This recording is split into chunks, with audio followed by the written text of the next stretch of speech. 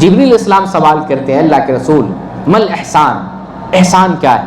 نبی کریم صلی اللہ علیہ وسلم جواب دیتے ہیں ان تعبد اللہ کأنک تراہ فإن لم تکن تراہ فإنہ یراک۔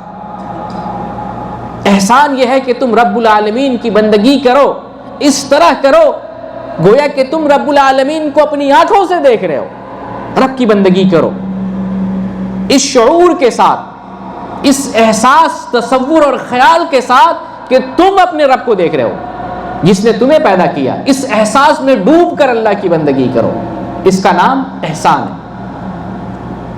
اور اگر تم یہ خیال نہیں پیدا کر سکتے ہو اپنی نماز کے اندر، اس خیال کے ساتھ نماز نہیں پڑھ سکتے ہو کہ میں اپنے رب کو دیکھ کر نماز پڑھ رہا ہوں، اس سے ایک چھوٹا درجہ ہے احسان کا، وہ یہ ہے کہ تم کم از کم یہ تصور پیدا کرو کہ اللہ تمہیں دیکھ رہا ہے، اب اس تصور سے نماز پڑھو، اس کا نام احسان ہے۔ احسان کسے بتایا؟ آپ صلی اللہ علیہ وسلم نے رب کی تم ایسی بندگی کرو گویا کہ تم اپنے رب کو دیکھ رہے ہو۔ یہ دین اسلام کا اعلیٰ مرتبہ ہے، اللہ کی بندگی ایسے کرو گویا کہ تم اللہ کو دیکھ رہے ہو۔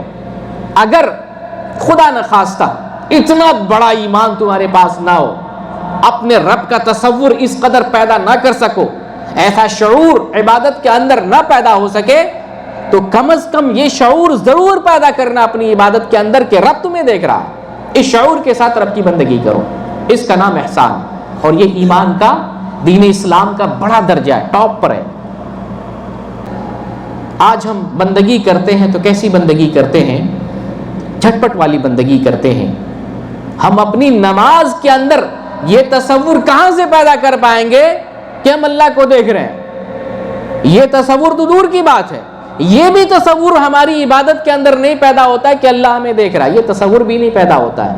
اگر یہ تصور بھی پیدا ہو جائے نا تو نماز میں اٹھک بیٹھک نہیں کریں گے، نماز کی طرح پڑھیں گے، نماز سنت کے مطابق ادا کریں گے، نماز کو لذت اور چاشنی کے ساتھ عبادت کریں گے، نماز پڑھیں گے جیسے لگے گا دل لگ رہا ہے، جیسے لگ رہا ہے نماز چھوڑ کے نہیں بھاگے، جیسے لگے گا سجدے میں پڑے رہیں، جیسے لگے گا رب سے مانگتے رہیں، جیسے لگے گا تسبیح پڑھتے رہیں، دعائیں کرتے رہیں، رب سے مانگتے رہیں، رب سے دل لگاتے رہیں، رب کے لیے قیام کرتے رہیں، رکوع کرتے رہیں، سجود کرتے رہیں۔ یہ عبادت، یہ احسان، یہ احسان کہاں پیدا ہو پاتا؟ ہم تو نماز پڑھتے ہیں، ایسی نماز پڑھتے ہیں جس کے بارے میں نبی کریم صلی اللہ علیہ وسلم نے فرمایا، آپ صلی اللہ علیہ وسلم تین حیوان کی کیفیت سے نماز میں منع فرمایا، 3 قسم کے حیوان کی کیفیت اختیار کرنے سے منع فرمایا۔ پہلا ہے کوا، آپ نے فرمایا کوے کی طرح چونچ مارنے کی طرح نماز نہ پڑھو، جلدی جلدی رکوع کیا، سجدہ کیا، اٹھک بیٹھک کیا، بھاگ گئے، کوے کے چونچ مارنے کی طرح بندگی نہ کرو، ایک حیوان۔ دوسرا حیوان کتا، آپ نے فرمایا کتے کی طرح ہاتھ بچھا کر سجدہ مت کرو۔ ہم میں سے کچھ لوگ ایسے بھی سجدہ کرتے ہیں مردوں میں، اور عورتوں میں، عورتیں ایسے ہی نماز پڑھتی ہیں اکثر و بیشتر، ہاتھ زمین پر پھیلا کر نماز پڑھتی ہیں۔ نبی کریم صلی اللہ علیہ وسلم نے منع فرمایا، مرد ہو یا عورت ہو، کتے کی طرح بازو زمین پر نہیں پھیلانا ہے۔ یہ ہماری کیونی زمین سے الگ ہونی چاہیے، مرد کے لیے بھی عورت کے لیے بھی۔ جیسے آپ حرم میں دیکھتے ہیں، حرمین میں دیکھتے ہیں، مسجد نبوی اور مسجد حرام میں دیکھتے ہیں، وہاں عورتیں کیسی نماز پڑھتی ہیں؟ مردوں کی طرح۔ ہمارے ملکوں میں کیسی نماز پڑھتی ہیں؟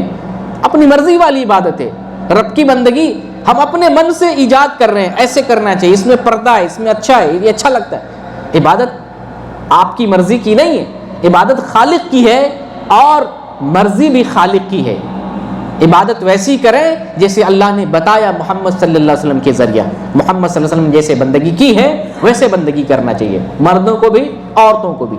تو یہ دوسرا حیوان، کتے کی طرح بازو بچھا کر سجدہ نہیں کرنا چاہیے۔ تیسرا حیوان اونٹ، آپ نے فرمایا جیسے اونٹ کسی جگہ کو خاص کر لیتا ہے، تم کسی جگہ کو اس طرح سے خاص مت کرو۔ جو آدمی مسجد میں کوئی جگہ اپنے لیے متعین کر لیتا ہے، مصلی بچھا لیتا ہے، بچھا رہتا ہے، میں وہی نماز پڑھوں گا، یہ صحیح نہیں ہے، یہ اللہ کا گھر ہے۔ نبی کریم صلی اللہ علیہ وسلم فرماتے ہیں، بیان کرتے ہیں کہ سب سے بدترین چوری وہ ہے جو نماز کی چوری ہے. یہ حدیث سنا آپ نے؟ سب سے بدترین چور وہ ہے جو نماز میں چوری کرے. صحابہ پوچھتے ہیں اللہ کے رسول یہ نماز کا چور کیا ہے؟ آپ نے فرمایا نماز کا چور وہ ہے جو اچھے سے رکوع اور سجدہ نہ کرے. ہماری نمازیں ایسی ہوتی ہیں چور کی طرح, چور اچکوں کی طرح نماز ہوتی. ہم عبادت صحیح سے نہیں کرتے. میں احسان بتا رہا ہوں, احسان سمجھیے, اللہ کے احساس میں ڈوب کر رب کی بندگی کرنا. ایسی بندگی ہماری نہیں ہوتی, چوروں والی ہماری عبادت ہوتی ہے.